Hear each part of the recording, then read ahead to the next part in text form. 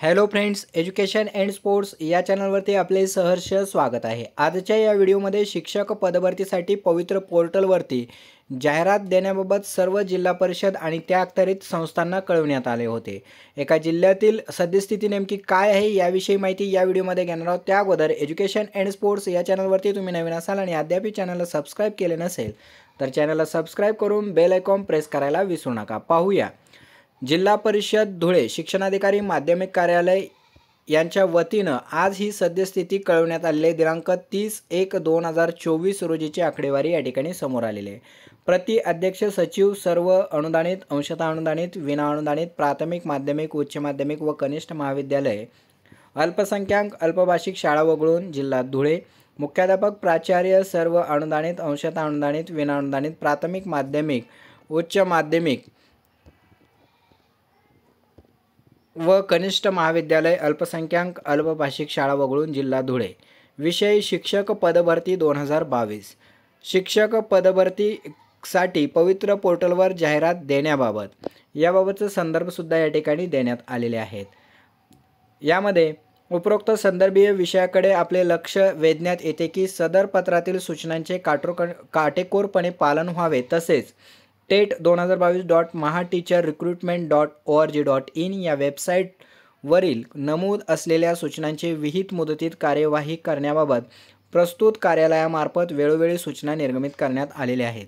त्यानुसार धुळे जिल्ह्यातील एकूण संस्थांपैकी 41 संस्थांनी वरील वेबसाईटवर पवित्र प्रणालीवर नोंदणी केलेली आहे। त्याचा घोषवारा खालीलप्रमाणे दिलेला आहे।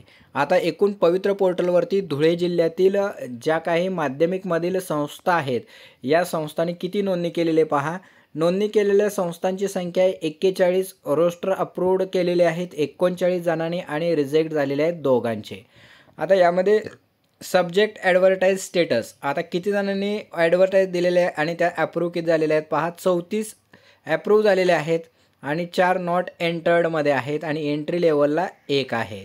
तर अशा पद्धतीने अप्रूव्ड झालेल्या 34 या ठिकाणी सब्जेक्ट ॲडव्हर्टाइज स्टेटस आहे। सदर भरतीतील प्रक्रियेतून सद्यस्थितीत पेसा क्षेत्रातील रोस्टर विषयी जाहिरात वगळण्यात आलेला आहे। पेसा क्षेत्रातील जे आहे ते वगळण्यात आलेले आहे। वरील घोषवाऱ्यानुसार 39 संस्थांचे रोस्टर अप्रूव्ड करण्यात आले असून त्यापैकी 4 संस्थांनी सब्जेक्ट ॲडव्हर्टाइज स्टेटस अद्याप भरलेले दिसून येत नाही।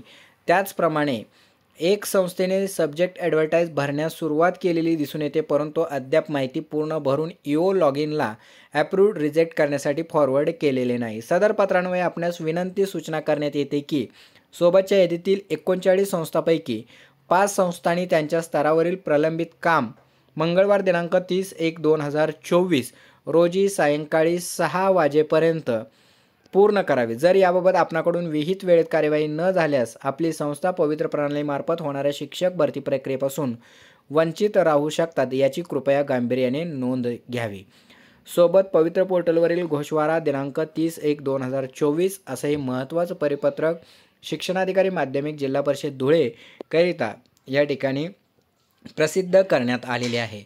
यावरून आपल्या लक्षात येतं की पवित्र पोर्टलवरती जेवढ्या काही संस्थांनी नोंदणी केलेली होती त्या सर्वच्या सर्व संस्थांना या ठिकाणी जाहिरात देण्यासाठी वारंवार पाठपुरावा केला जात आहे। त्यामुळे आता या धुळे जिल्ह्यातील उर्वरित 5 संस्था म्हणजे एंट्री न केलेल्या 4 आणि नुकतीच एंट्री केलेले पण फॉरवर्ड डेटा केलेला नसलेली 1 अशा 5 संस्थांना सुद्धा जाहिरात आजच्या आज या ठिकाणी फॉरवर्ड करण्यासाठी सांगितलेलं आहे। त्यामुळे त्या जाहिराती आल्या तरी एकूण नोंदणी केलेल्याची संख्या 41 इतकी होईल। म्हणजे धुळे जिल्ह्यातील माध्यमिक विभागातील संस्थांच्या ज्या जाहिराती येणार आहेत या 41 इतक्या असतील जर या 5 संस्थांनी जाहिरात फॉरवर्ड केली तर। अन्यथा या 5 सोडून 36 जणांच्या या ठिकाणी किंवा 34च आहेत।